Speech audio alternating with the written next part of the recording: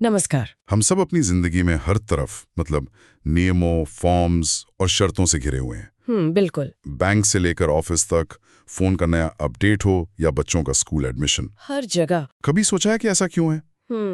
ऐसा क्यों लगता है कि हर साल कागजात और रूल्स बढ़ते ही जा रहे हैं? हाँ, ये एक बहुत ही आम अनुभव है। क्या हम एक दूसरे पर भरोसा करना भूल गए हैं? आज हमारे पास जो स्रोत है वे हमें इसी सवाल के बिल्कुल दिल में ले जाते हैं। वे दो बिल्कुल अलग दुनियाओं की तस्वीर खींचते हैं।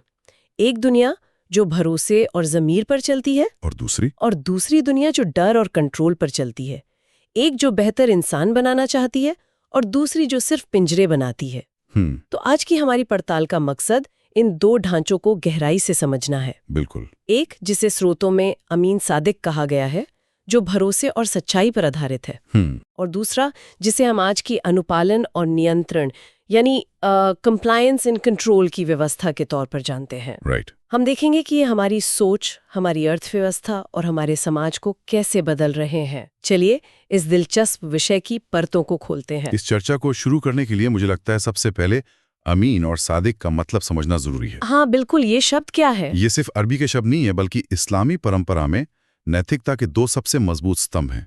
अमीन का मतलब है वो इंसान जो हर तरह से भरोसे के काबिल हो। हर तरह से? हाँ, चाहे वो पैसे का मामला हो, ताकत का, किसी के राज का या किए हुए वादे का, पूरी तरह से ट्रस्टवर्दी। अच्छा। और सादिक का मतलब है वो व्यक्ति जो सच्चाई के रास्ते पर मजबूती से कायम हो, अपनी बातों में, अपने इरादों में और अपने कामों में। यानी truthful to the core. Exactly. और इसका एक बहुत अहम ऐतिहासिक संदर्भ भी है। क्या? इस्लाम के आने से भी पहले मक्का के लोग पैगंबर मोहम्मद सल्लल्लाहु अलैहि वसल्लम को अल अमीन यानी भरोसेमंद और अस-सादिक यानी सच्चा कहकर बुलाते थे।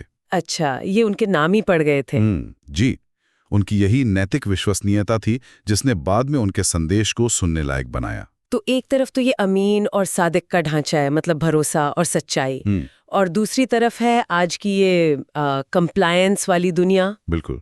तो अगर हम इन दोनों की बुनियादी सोच को देखें, शुरुआत कहाँ से होती है? हाँ, ये जानना बहुत जरूरी है। तो ये जो कंप्लायंस वाली व्यवस्था है, इसकी बुनियाद क्या है? इसकी बुनियाद, जैसा कि हमारे स्रोत बताते हैं, एक बहुत ही कह सकते हैं निराशावादी सोच पर टिकी है। वो क्या? वो ये कि इंसान फंडामेंटली एक जोखिम है, एक रिस्क है। अच्छा। इंसान को मैनेज करने की जरूरत है। बिल्कुल। ये सिस्टम मानता है कि अगर इंसान को खुला छोड़ दिया जाए तो वो धोखा देगा, चोरी करेगा या नियम तोड़ेगा, और वो अंतहीन कागजी कार्रवाई। और ऐसे में जो सवाल इंसान के दिमाग में सबसे पहले आता है वो ये नहीं होता कि क्या ये सही है, बल्कि ये कि क्या मैं पकड़ा जाऊंगा? हाँ बिल्कुल, क्या मैं बच सकता हूँ? हमारे स्रोतों में एक बहुत ही चुभने वाली बात कही गई है। क्या?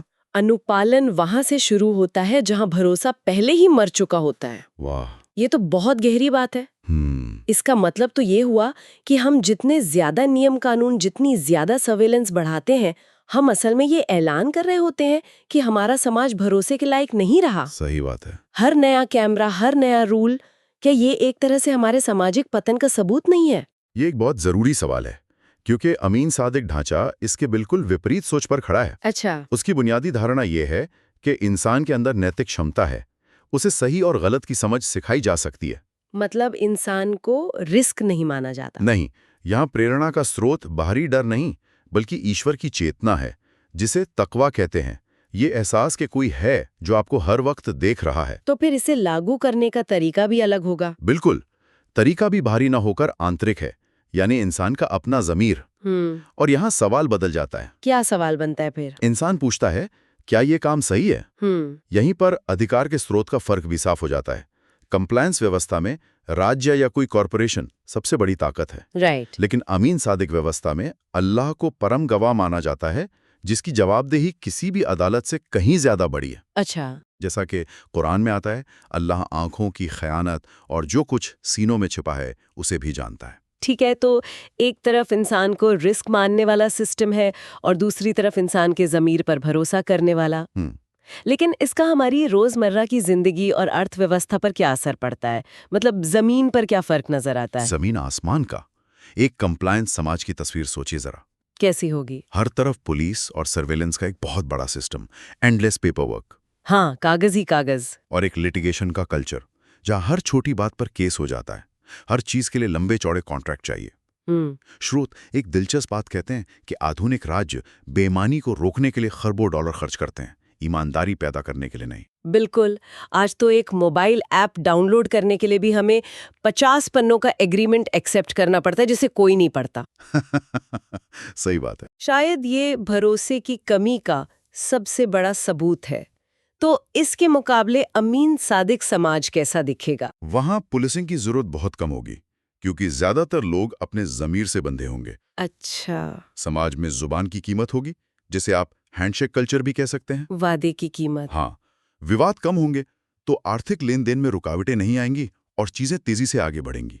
इसे एक लाइन में ऐसे कहा गया है, जब अमीन यानी भरोसेमंद लोग गायब हो जाते हैं तो कॉन्ट्रैक्ट्स की बाढ़ आ जाती है। एक मिनट, यहाँ मुझे एक सवाल पूछना है। जी। ये अमीन सादिक व्यवस्था सुनने में तो बहुत अच्छी लगती है, लेकिन क्या ये आज के इस जटिल दुनिया में, जहाँ करोड़ों लोग एक दूसरे को नहीं जानते, सच में काम कर सकती है? बहुत जायज सवाल है। मतलब एक हैंडशेक डील शायद एक छोटे से गांव में काम कर जाए जहां सब एक दूसरे को जानते हैं, लेकिन क्या ये न्यूयॉर्क या मुंबई जैसे शहर में काम कर सकती है? कहीं ऐसा तो नहीं कि ये जो अनुपालन व्यवस्था है ये एक जरूरी बुराई है जो तब काम आती है जब भरोसा टूट जाता है? देखिए, ये एक बहुत ही अच्छा पॉइंट है और इसका जवाब सीधा हाँ या ना में नहीं है। अच्छा। कंप्लायंस सिस्टम इसीलिए बना क्योंकि बड़े और गुमनाम समाजों में भरोसा बनाए रखना मुश्किल होता है। ये एक सेफ्टी नेट की तरह है। Safety net. लेकिन स्रोत ये तर्क देते हैं कि हमने सेफ्टी नेट को ही मुख्य सिस्टम बना लिया है। उन्होंने भरोसे को एक लुब्रिकेंट यानी स्नेहक कहा है। जैसे गाड़ी में तेल के बिना इंजन घिसकर जाम हो जाता है, हाँ, वैसे ही भरोसे के बिना अर्थव्यवस्था महंगी, धीमी और बोझिल हो जाती है। अच्छा। और सच्चाई यानी सादिक का होना बाजार में चीजों की कीमतों और उनकी गुणवत्ता की गारंटी देता है। कैसे? जब बेचने वाला सच्चा होगा तो खरीदार को धोखा नहीं होगा। शायद इसीलिए पैगंबर सल्लल्लाहु अलैहि वसल्लम ने कहा था, सच्चा भरोसेमंद व्यापारी पैगंबरों, सत्यनिष्ठों और शहीदों के साथ होगा। मतलब व्यापार को एक बहुत ऊंचा नैतिक दर्जा दिया गया है। बिल्कुल। ये तो अर्थव्यवस्था की बात हुई, लेकिन मुझे ये सोचने पे मजबूर कर रहा है कि जो लोग इन व्यवस्थाओं को चलाते हैं, यानी हमारे नेता, उनके बर्ताव पर इसका क्या असर होता होगा? बहुत बड़ा असर होता है। क्या एक भरोसे पर चलने वाला नेता और एक नियमों से चलने वाला नेता अलग तरह से सोचते हैं? बिल्कुल अलग तरह से। कंप्लायंस सिस्टम में नेता एक कानूनी उत्तरजीवी यानी लीगल सर्वाइवर होता है। Legal survivor? हाँ। इसका क्या मतलब? उसका पहला लक्ष्य होता है किसी भी कानूनी पचड़े से बचना। पारदर्शिता या ट्रांसपेरेंसी उस पर कानून के डर से थोपी जाती है, वो उसके चरित्र का हिस्सा नहीं होती। और इस्तीफा देना एक बहुत बड़ी विफलता और शर्म की बात मानी जाती है। ऐसे नेता सिर्फ जानकारी लीक होने से या पकड़े जाने से डरते हैं। और इसके मुकाबले अमीन सादिक नेता कैसा होगा? उसकी पहचान बिल्कुल अलग है। वो खुद को जनता का एक संरक्षक, एक कस्टोडियन मानता है। कस्टोडियन? हाँ, वो सत्ता को अपनी मिल्कियत नहीं बल्कि एक अमानत समझता है जो उसे एक दिन लौटानी है। तो उसके लिए पारदर्शिता क्या है? उसके लिए पारदर्शिता एक स्वाभाविक गुण है, कोई मजबूरी नहीं। और अगर कोई गलती हो जाए तो जिम्मेदारी लेते हुए इस्तीफा देना सम्मान की बात मानी जाती है, हार की नहीं। इसका कोई उदाहरण है स्रोतों में? एक बहुत शक्तिशाली उदाहरण है दूसरे खलीफा उमर इब्ने अल खत्ताब का। वो कहते थे कि अगर मेरे शासन में फुरात नदी के किनारे एक खच्चर भी भूख से मर गया तो मुझे डर है कि क़यामत के दिन खुदा मुझसे उसके बारे में भी सवाल करेगा। ये जवाबदेही का बिल्कुल अलग स्तर है। बिल्कुल। ये किसी संसद या अदालत की जवाबदेही नहीं है, ये सीधे ईश्वर के प्रति जवाबदेही है। ये एक जबरदस्त कहानी है। लेकिन फिर वही सवाल मन में आता है, आज की राजनीति में तो ये सोचना भी मुश्किल है। आज तो इस्तीफा देना मतलब इल्जाम कबूल कर लेना होता है, सम्मान की बात तो दूर की है। सही बात है। क्या ये अमीन सादिक नेतृत्व वाली सोच एक आदर्शवादी सपना नहीं है जो असल दुनिया में काम नहीं कर सकती? देखिए, ये आदर्शवादी जरूर लगता है, लेकिन स्रोत तर्क देते हैं कि ये असंभव नहीं है। अच्छा। ये इस पर निर्भर करता है कि समाज किस चीज को बढ़ावा देता है। अगर समाज सिर्फ कानून से बचने वालों की तारीफ करेगा तो हमें लीगल सर्वाइवर्स ही मिलेंगे। और अगर समाज जिम्मेदारी लेने वालों का सम्मान करेगा तो हमें कस्टोडियंस मिलेंगे। सिस्टम ही तो इंसानी व्यवहार को आकार देता है। चलिए सिस्टम की बात करते हैं। जब कुछ गलत होता है, कोई स्कैंडल, कोई हादसा, तो ये दोनों सिस्टम उस पर प्रतिक्रिया कैसे देते हैं? यहाँ भी दोनों का तरीका बिल्कुल अलग है। कंप्लायंस सिस्टम का एक सेट पैटर्न होता है। क्या पैटर्न? पहला कदम, इनकार करो, डिनाई। दूसरा मामले में देरी करो, डिले। और तीसरा जनता का ध्यान भटकाओ, डिफ्लेक्ट। Deny, delay, deflect. हाँ, और अगर बात बहुत ज्यादा बढ़ जाए तो गलती के लिए किसी एक व्यक्ति या सिस्टम की किसी खामी को दोषी ठहरा दो, फिर कुछ नए नियम बना दो और कहो कि हमने प्रॉब्लम ठीक कर दी। हाँ, ये प्लेबुक तो हम हर रोज खबरों में देखते हैं। बिल्कुल। किसी कॉर्पोरेट स्कैंडल में या राजनीतिक संकट में किसी छोटे कर्मचारी पर ठीकरा फोड़ दो, एक जांच कमेटी बना दो जो सालों तक कोई रिपोर्ट नहीं देगी और मामला ठंडा पड़ जाएगा। ठीक कहा। यहां समझने वाली बात यह है कि यह प्रणाली झूठ के उजागर होने का इलाज करती है, खुद झूठ का नहीं। मतलब ये बीमारी के लक्षण का इलाज है, असल बीमारी का नहीं। अच्छा, तो फिर अमीन सादिक प्रणाली का तरीका क्या है? उसका तरीका बिल्कुल सीधा और 3 कदमों का है। अपनी गलती स्वीकार करो, पहला कदम। दूसरा, जिससे भी नुकसान हुआ है उसकी भरपाई करो, और तीसरा, ईमानदारी से सुधार करो ताकि वो गलती दोबारा ना हो। ये मुश्किल रास्ता है। मुश्किल है, लेकिन यही भरोसे को दोबारा बनाता है। अब अगर हम इसे और बड़े पैमाने पर देखें, मतलब पूरी सभ्यता के स्तर पर, तो कौन सी व्यवस्था ज्यादा टिकाऊ है? लंबे समय तक कौन चल सकती है? स्रोतों के मुताबिक कंप्लायंस प्रणाली स्वाभाविक रूप से अस्थिर होती है। अस्थिर क्यों? उसे जिंदा रहने के लिए लगातार विस्तार की जरूरत पड़ती है। ज्यादा नियम, ज्यादा निगरानी, ज्यादा नियंत्रण। ये धीरे धीरे नौकरशाही के मोटापे यानी ब्यूरोक्रेटिक ओबेसिटी का शिकार हो जाती है और अंत में अपने ही वजन के नीचे ढह जाती है। नौकरशाही का मोटापा, ये शब्द अपने आप में एक पूरी कहानी कहता है। बिल्कुल। हम सब ने इसे महसूस किया है किसी सरकारी दफ्तर में या बड़ी कंपनी में, जहां एक साधारण से काम के लिए भी कागजों का पहाड़ खड़ा कर दिया जाता है। ऐसा लगता है जैसे सिस्टम का मकसद ही काम को धीमा करना है। मशहूर विचारक इब्न खल्दून ने सदियों पहले ऐसी बात को कहा था। अच्छा, क्या कहा था उन्होंने? अगर हम उनके विचार को आज के शब्दों में कहें तो ये होगा, जब नैतिकता मर जाती है तो कानून कई गुना बढ़ जाते हैं, और ये तब तक होता है जब तक कि पूरी व्यवस्था टूट न जाए। तो फिर अमीन सादिक प्रणाली कैसे टिकाऊ है? उसकी स्थिरता का राज ये है कि ये स्वाभाविक रूप से फैलती है।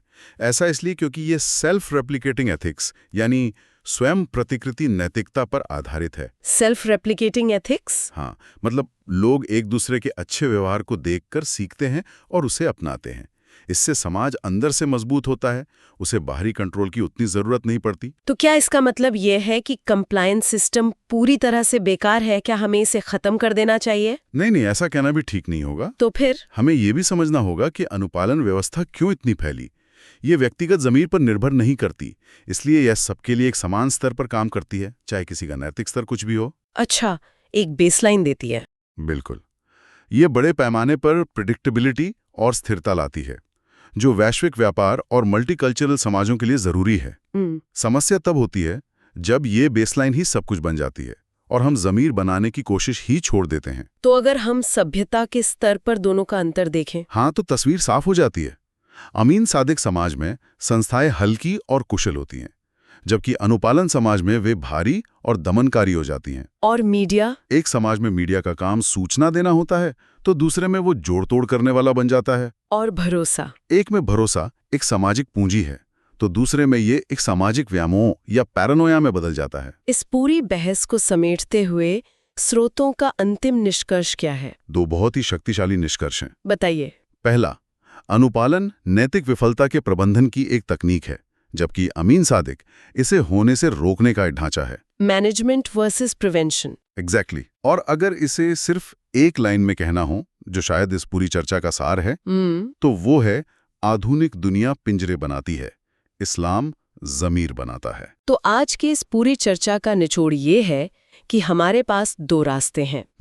एक रास्ता भरोसे और सच्चाई का है, जो एक ऐसा समाज बनाता है जो कम लागत पर चलता है, ज्यादा कुशल होता है और लंबे समय तक टिकाऊ रहता है। और दूसरा रास्ता डर और नियंत्रण का है, जो लगातार जटिल, महंगा और बोझिल होता जाता है और अंत में अपने ही बोझ तले दबने के लिए मजबूर हो जाता है। बिल्कुल। और ये हमें ये समझने में मदद करता है कि आज के समय के कई बड़े संकट, जैसे चाहे वो फर्जी खबरों का सैलाब हो, बड़े बड़े वित्तीय घोटाले हों या फिर राजनीतिक अविश्वास हो, ये सब किसी तकनीक की कमी की वजह से नहीं है। तो फिर किस वजह से है? ये संकट असल में अमीन यानी भरोसे और सादिक यानी सच्चाई के टूटने का सीधा परिणाम है। जब ये दो स्तंभ कमजोर पड़ते हैं तो समाज की बुनियाद हिल जाती है, चाहे हम कितने भी मजबूत पिंजरे बना लें। इस बातचीत को समाप्त करने से पहले एक विचार है जिस पर गौर किया जा सकता है। जरूर। आज की इस पूरी चर्चा के बाद एक सवाल सोचने पर मजबूर करता है। क्या सवाल? क्या हमारे समय के बड़े बड़े संकट, जिन्हें हम अक्सर तकनीकी, आर्थिक या राजनीतिक विफलताओं के रूप में देखते हैं, जैसे जलवायु परिवर्तन पर एक्शन ना होना या देशों के बीच बढ़ता अविश्वास, क्या ये असल में कहीं ज्यादा गहरे स्तर पर भरोसे और सच्चाई का संकट है? ये एक बहुत बड़ा सवाल है। क्या हम समस्याओं का इलाज गलत जगह ढूंढ रहे हैं?